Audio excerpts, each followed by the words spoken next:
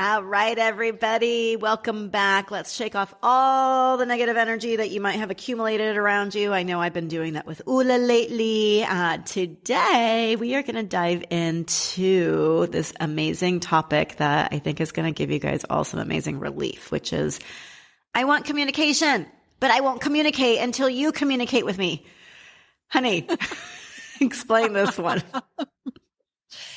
Well, I would say that, as always, the name came from one of our conversations when we were, I don't remember anymore what we were talking about, but it was exactly about this, that we desire communication with somebody, but we put the power outside ourselves and say that, well, if this person is not willing to communicate with me, I am certainly not going to communicate with you since you're not communicating with me.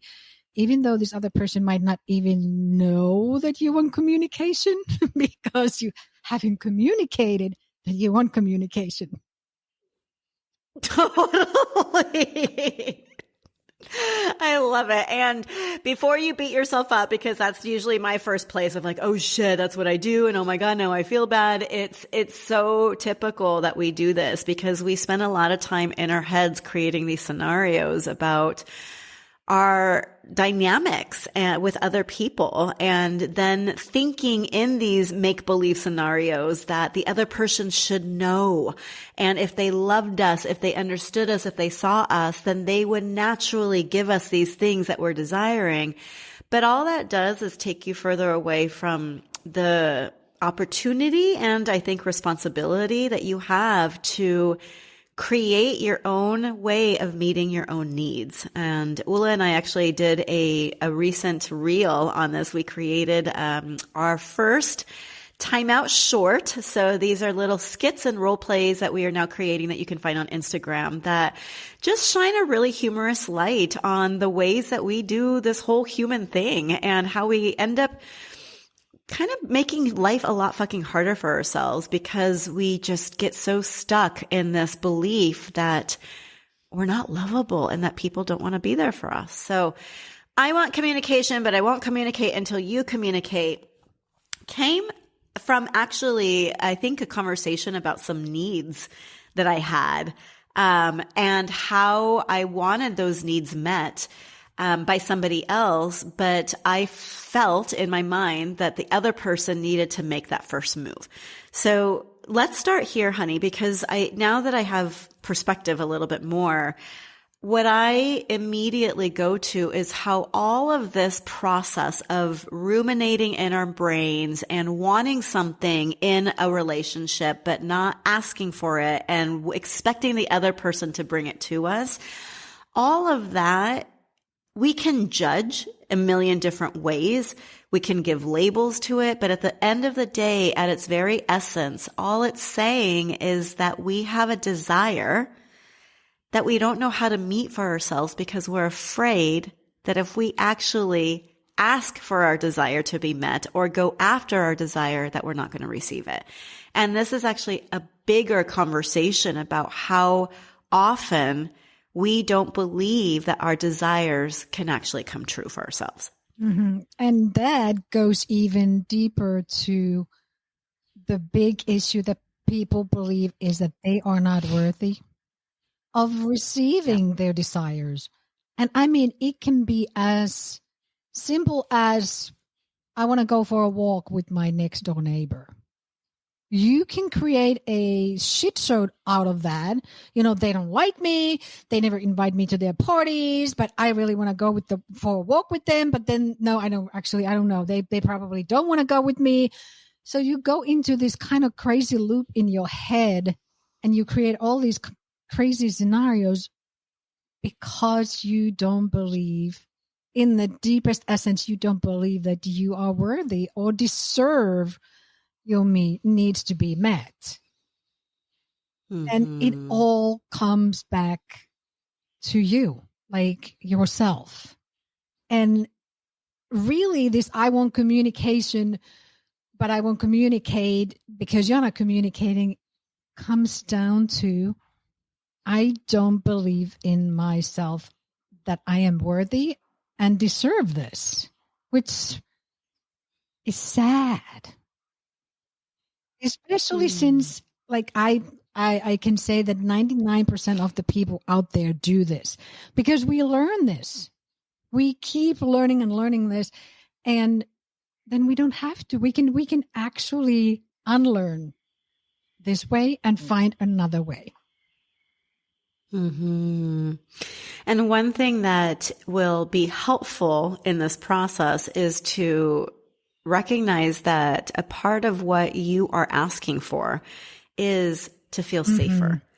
And that in itself is so huge, because if we don't feel safe in anything, we're going to dig our heels in and not move because we're afraid. And that's a very natural response. Instead of being like shitty on yourself for it, it's just recognize like, oh, okay, something in me doesn't feel safe right now. And by safe, I don't mean necessarily physical safety, but also emotional safety, right? And maybe your nervous system is triggered by something. And so being able to go within actually gives you the fairest shot at figuring out if something in you is feeling unsafe. And then what do you do to help yourself feel safe, right? Oftentimes what you do to feel safe, if you were thinking about it as like a little child that doesn't feel safe because, they went to go on a playground and somebody made fun of them and now their feelings are hurt and they come running back and they're crying, how would you respond to that little kid?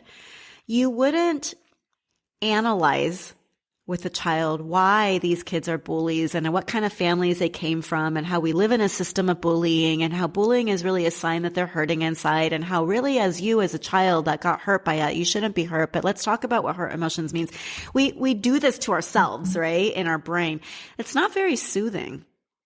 What is more soothing is a lot of what you tell me, honey, which is be gentle with yourself. Stop beating yourself up. And then that in itself becomes one of the hardest practices if we are so conditioned and used to beating ourselves up because we feel bad that we have a need that's not getting met, and we end up thinking that we're not worthy of that need getting met. And then we have all these other examples from our lives of how our needs didn't get met. And then we end up just feeling like shit about ourselves and other people, and we stay stuck. Mm-hmm. And when you are stuck and you are in the digging my heels in mode, when you start communicating from that space, it comes out completely wrong because you sound demanding. When you are trying to communicate anything with anybody else, even yourself, because easily you go in and you start, like you said, you start analyzing and judging and doing all these crazy things instead of taking care of yourself and being gentle and telling yourself that, okay, this is where I am right now, and it's okay. I am not fucking anything up. I'm not doing anything wrong. I can take a breather and see how I can feel a little bit better so that I can communicate a little bit better. And it is okay, always, always, always okay to take the first step to communicate with somebody else. It's always okay. Yeah.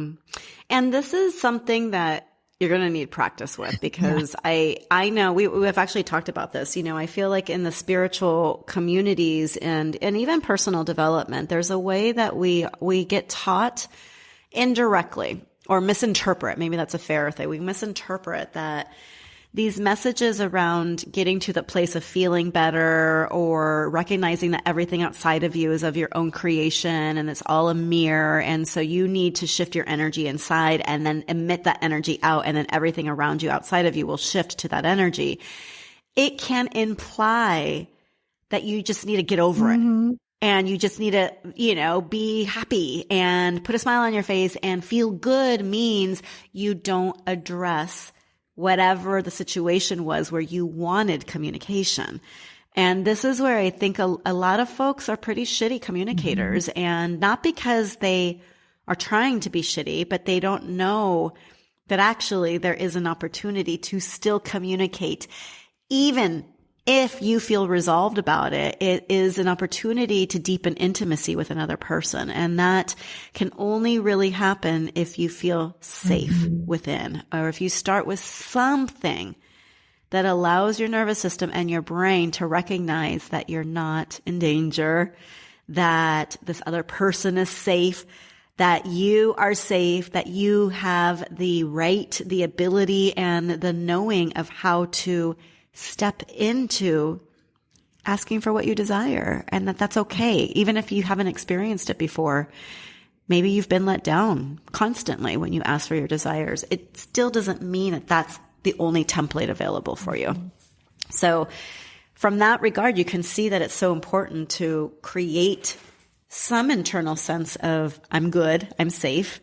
And from there, as your energy shifts, then you can communicate way better. And then your energy behind your communication can be received in that amazing, like better feeling space. And that's what we talk about, you guys, when it's feeling better. It's not put a Band-Aid on the bullet wound, pretend the issue isn't there. It's actually let's help you open up your energetic reserves so that you can more openly step into deepening intimacy with someone else and allow the communication to flow from a place. And honey, you remind me of this, from a place of solution versus problem. And it's often when we are in the space of not feeling safe, we can feel like we're afraid that we might be coming across the wrong way and whatever. And then you jump into I need to feel better. I'm going to do some affirmations and this and that, and I'm just going to be happy. And then you pretend, which is actually worse because then you're not only lying to the other person, you're lying to yourself because you are not allowing the feeling behind it dissolve. You're not letting go of the feeling that you have, the insecurity or fear, anger, anything that's behind there. You're not letting go of it. You are just masking it with something that, I'm so happy. I'm so happy. All these spiritual teachers tell me that I just need to be happy. Well, yes, that's what we all want. But if you just start, like you said, putting Band-Aids on bullet wounds, you are going to explode at some point. And that's why it's so important that you let all of those feelings flow through. You don't have to identify with them. You don't have to feel stuck with them, but you need to let them flow through. And one thing that I love doing is meditation. And we always start with with Gladys's Reset Remedy, because when your nervous system is agitated, you can't shut your mind down. And during meditation, also, you're not supposed to get like these big inspirations and flashes and angel singing. That's not meditation. The purpose of meditation is for you to be able to quieten your mind, even if it's for a couple of seconds. Because once you're able to do that, you're not lying to yourself anymore.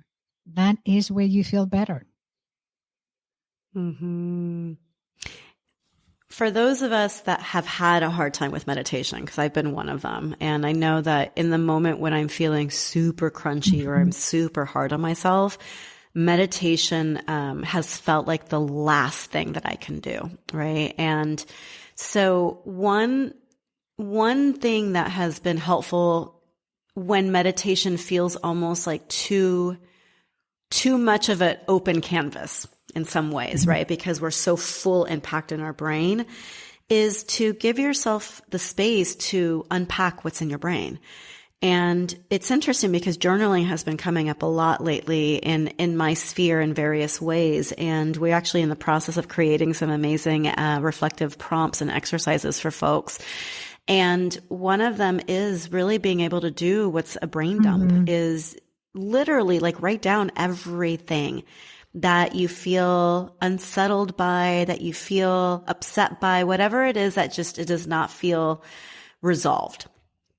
write them all down, and then go through this process of honoring how you currently feel about it all. And this is actually the process of the Good Goodbye approach, which I actually wrote in regard to how we navigate change and loss. But I find over and again that I go through this process because when you write down everything that is bothering you, you are accepting what is as it is. You're saying, this shit bothers me. You're not putting judgment on it. You're not beating yourself up around it. You're saying, these are all my areas of discomfort. And that's acceptance as a first pillar. Understanding as a second pillar, which is, okay, that's where I'm at. Where do I want to be? And in order to get there, you have to be honest about how you're currently feeling. So if you feel like shit, if you feel like a loser, if you feel embarrassed, if you feel angry, let that be what you feel. Okay, this is the biggest error in spirituality, is that it's not okay to feel bad. It is okay to feel bad. And Ula, you remind me constantly that our emotions are just information. What gets difficult is when we identify with the emotions, we believe that this is the only way life is going to be. We start to then use that filter for everything, and then it snowballs and our whole world seems like shit. And then we just start acting from that place of shit, and then we attract more shit, and then we use it as evidence that life is shit. I've been there so many times. Like, even when we do that, Ula says to me, you're doing nothing wrong. It's okay. So make it okay that you have your feelings as they are. And then where do you want to be? How do you want to feel? If you were on the other side of this and resolved, right? Like everything that you wrote down that bothers you actually was complete and no longer a thorn in your side, how would you feel? And then bask in that feeling. What would that feeling look like? Where is it in your body? And this is a way that you can release and move those energies that we're talking about.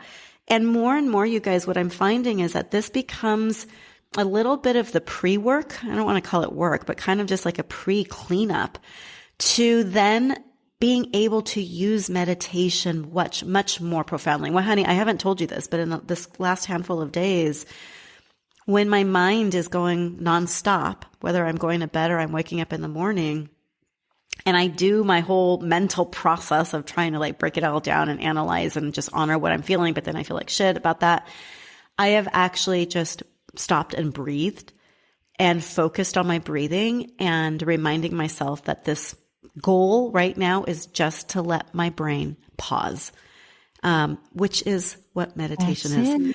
So I've been using meditation more now because I can access it differently. I can see it differently. It doesn't feel like this other hurdle that is going to show me another way that I'm fucking up because I can't fucking get my brain to stop thinking. Let yourself do a little bit of a pre-purge in some ways. And then that in itself can soften you into using the very powerful practice of meditation where you're just really giving your mind a massage in some ways. Mm-hmm. And honey, what you just described, the entire thing, this journaling and brain dump, all this is you communicating with yourself so that you can start communicating with other people. Yeah. And that is the most important communication you can have with yourself. But it takes practice. I love that. Because we are so used to having our mind just go and go and go, and your brain is going a million miles an hour, never stopping. And the only time it stops is at night. And even then, anybody who wakes up in the middle of the night, what happens? Bam, it's right back where you left it a couple of hours earlier. And then you stay up for an hour or so because your mind is just going. So yeah, it's what Gladys just described is a excellent exercise for starting the communication with yourself so you can stop your brain. So you can stop communicating. Yes. I love it. The goal is for us to stop communicating with our overactive brains. Yes, that sounds beautiful. And to actually enjoy the silence. Yes. Yeah. See you. All right, you guys. Totally. So this is what we want to give you today. One thing that becomes super, super, super difficult when you are in that space of overthinking a situation with someone that isn't unfolding in the way you want, a need's not getting met. You want to communicate with that person, but you don't want to communicate with them until they come to you because you think that they should know. Whenever you're in that crunchy energy and with anything, right? What's really fucking hard to access is another alternative. What's another outcome? Because you're so focused on what's not working that it almost feels impossible for you to even entertain what could work. And then you're just constantly looking for more evidence of why things aren't working out. And you're focused on what doesn't feel good. So we're going to do something for you today, which is going to help you stretch into the space of entertaining other possibilities that actually feel better. And this is a beautiful example of how feeling better doesn't mean you're ignoring, but actually it's helping you move the energy of stuckness so that you can open yourself up to a new perspective. And perspective is everything, you guys. It's the perspective that you have right now that's based on your past experience. Unless you actively choose to change your perspective, you are just automatically reliving your past. So if your perspective can shift into something new, then you can see new outcomes and you can see new possibilities and new solutions. But that process in itself, when you're mulling stuff in your brain, it's really hard unless you're intentional about it. So we're going to do a little meditation for you today. This is what we call our House of Or meditation. And it's a beautiful way to just settle into calming your nervous system down, relaxing your mind from all the overthinking, and exploring what it would be like to actually live in a world, in a home that is full of other options that feel better. So, start by taking a few deep breaths to ground you into the here and now with us. Letting each breath deepen within your body.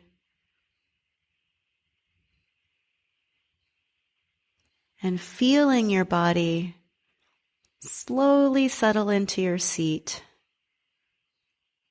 Noticing how with each exhale, any areas of tension uncoil just a tiny bit.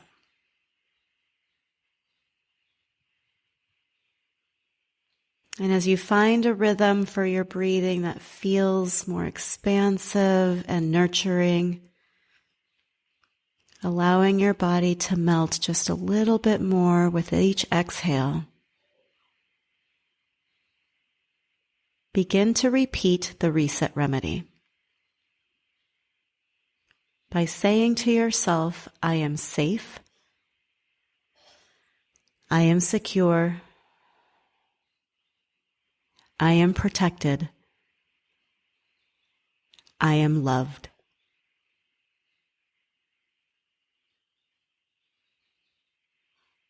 Continuing your beautiful, delicious breaths while you say to yourself, I am safe, I am secure, I am protected, I am loved.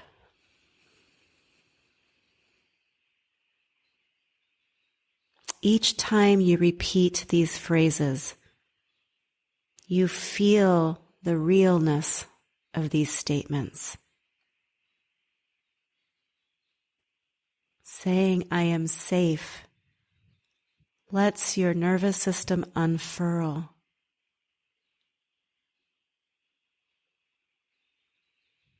Saying, I am protected,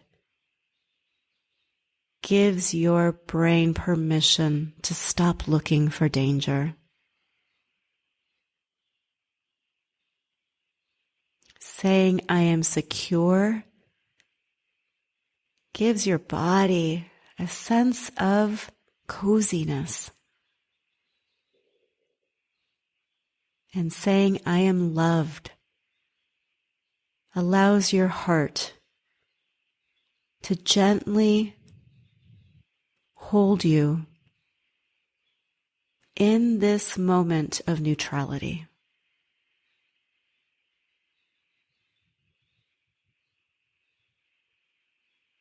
As you carry the reset remedy with you, repeating to yourself, I am safe, I am secure, I am protected, I am loved. Notice the stillness that you feel through all parts of your being. Your mind being able to rest after so much activity. Your heart feeling grateful for a chance to feel loving and loved by you. And your body excited for this expansiveness and having freedom to release all those energies that have been building up inside, creating tension and stress. Those slowly start to dissipate as you remind yourself that you are safe, you are secure, you are protected, you are loved.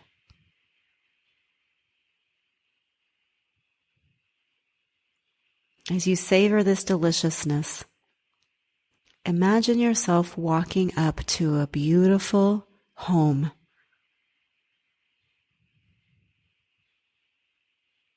You take steps to the front door, eager to see what's inside. Feeling safe, secure, protected, and loved, you open the door and excitedly take steps inside to discover what is in this house.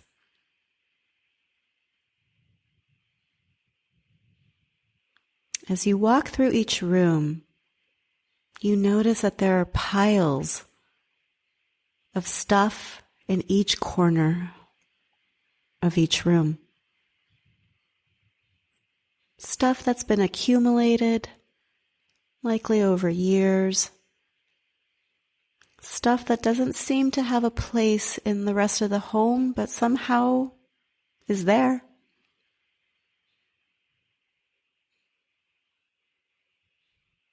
Go to one room and approach the pile in the corner with full permission to start to look at what's there.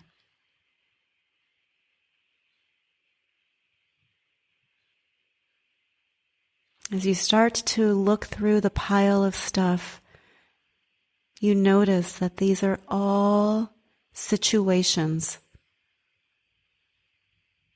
that have worried you, left you uncertain,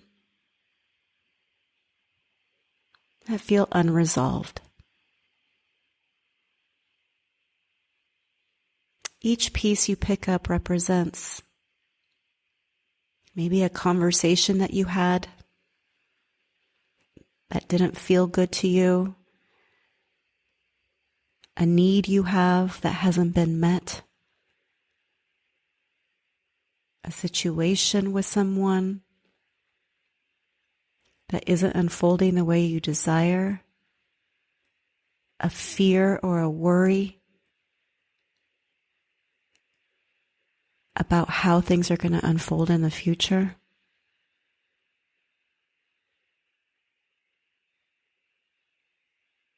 As you go through this pile, you notice that this is all the stuff that you've been keeping in the corner of your heart. And at first it might feel tempting to think, well, shit, this is a lot of stuff. How am I ever going to clear this out? What do I do with all this stuff that's accumulated in every room of this home? Where does it go?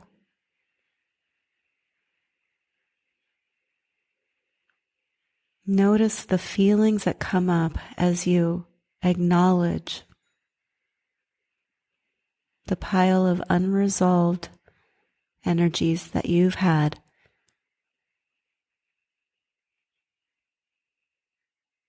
And simply honor them as information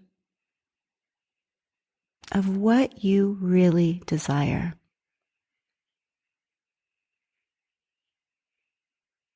If one piece in the pile of stuff is, I don't know if I'm going to be safe tomorrow in my relationship with my best friend because they're so busy and they haven't called me back. Honor how you feel about it.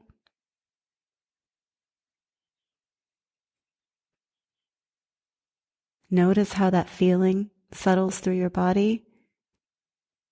And then use it just as information. What do you really desire?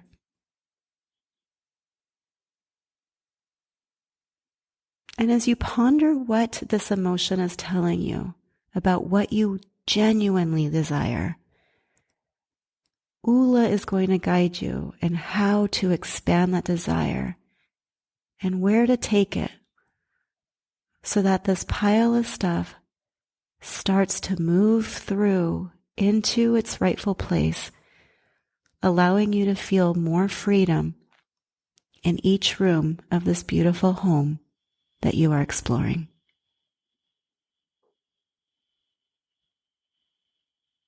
As you go through these little things on these piles in each room, I want you to take deep breaths and even deeper exhales.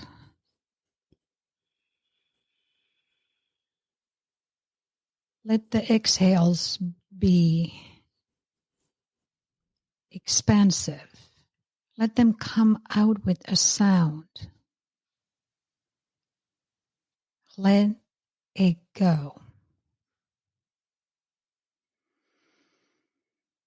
And as your lungs expand and you physically let this energy move through you, you realize that these pieces of things in each room have a solution. But you don't need to know what the solution is. You don't need to figure it out. You can simply by exhaling, let the loving source energy take care of this for you. You have entered the house of ore. You finally understand that there is always an ore. You can focus on these little pieces of things and ideas, problems, if you want to call them that. There is always an ore. There's always a solution.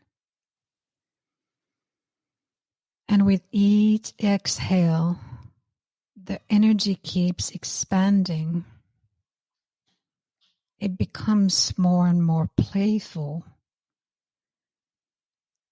And you realize that not only is this the house of ore, this is a gold mine of untapped energy. Playful energy that wants it for you to arrange it any way you want. And as you keep breathing and exhaling, the little pieces start floating around. They become lighter. They become almost like little lanterns, little paper lanterns that are floating in each room. And they start swirling around and they start rearranging. And before you know it, the house is full of love. The piles have rearranged themselves into solutions. They have rearranged themselves into wonderful situations with your friends, with your loved ones, with money, your work, everything in your life. It has rearranged itself. And all you have to do is breathe and exhale. And with each exhale, you're still letting go of all those pieces, letting them swirl around and rearrange themselves. And with each inhale, you get to take in the new solution that has emerged from rearranging these things. And you didn't have to do anything. You did not have to do anything. You are the solution. You are the generator of all this love around you. Keep breathing in and exhale even deeper. Allow yourself to feel the solutions of this beautiful house of ore. These solutions are always there for you. They are always available. You can tap into this energy anytime you want.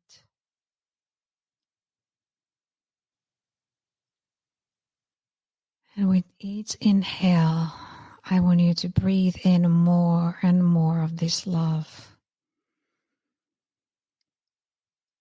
And with each exhale, push out whatever is left there of those little things and piles. Because they want to be playful. They want to be part of rearranging.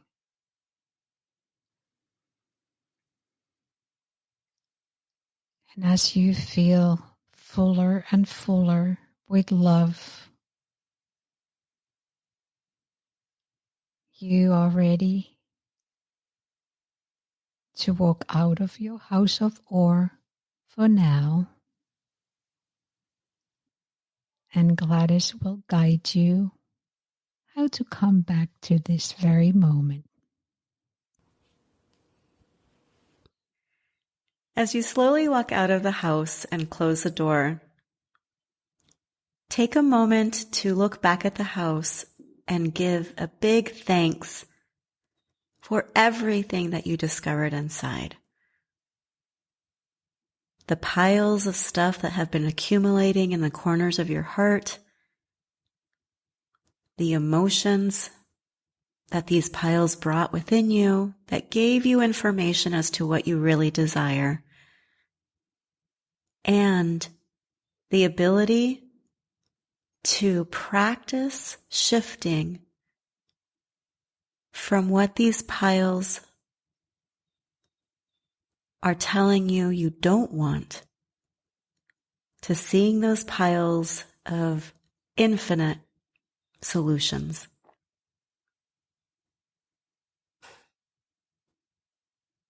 Give yourself a deep thanks for allowing yourself to receive these solutions with more ease,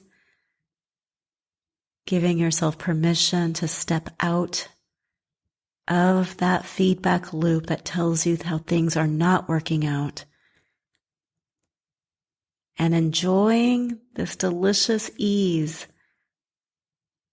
of expansion, of opportunity, of feeling better about all these piles and what they represent in your life. As you walk away, remember that you can return to the house of Or anytime you're stuck in seeing a situation from one perspective only. You can practice seeing it from a different lens simply by asking yourself, or what's an alternative? Or what's the solution? And letting that beautiful energy of solution-oriented love and freedom and expansion settle into every part of your being, so that as you continue to breathe, you move all those energies of problem into the energy of Or right now.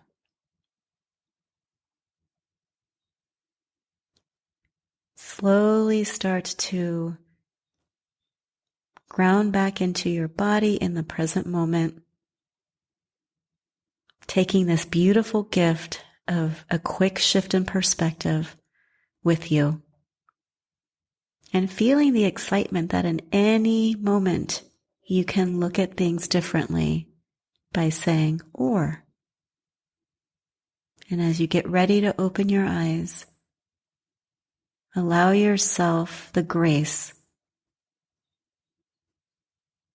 of celebrating the ways that you created a moment of Or for yourself right here and right now with us, and allowed yourself to shift into a fully different perspective that is filled with so much opportunity for you to receive all the safety, security, protection, and love that you desire.